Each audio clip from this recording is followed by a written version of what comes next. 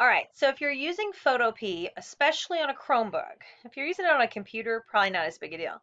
But if you're using it on a Chromebook, one of the things that you're going to have to watch out for as we get deeper into the class is we'll learn how to do loading of things, like loading fonts or loading brushes or loading shapes or patterns.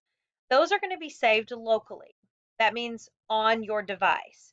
So if your device is running slowly, it might be a good idea to check your local storage of your Photopea. That is under Edit and Local Storage. I wouldn't really worry about anything that's in kilobytes. That's probably not making a difference. But if you do have anything that's got a lot of megabytes, for instance, this Rays of Light, this is a brush file, you might want to delete that. Now, it won't be available to you, and if you needed it, you would have to load it again. But you can always check your local storage as far as what Photopea is keeping up space, taking up space on your device right there.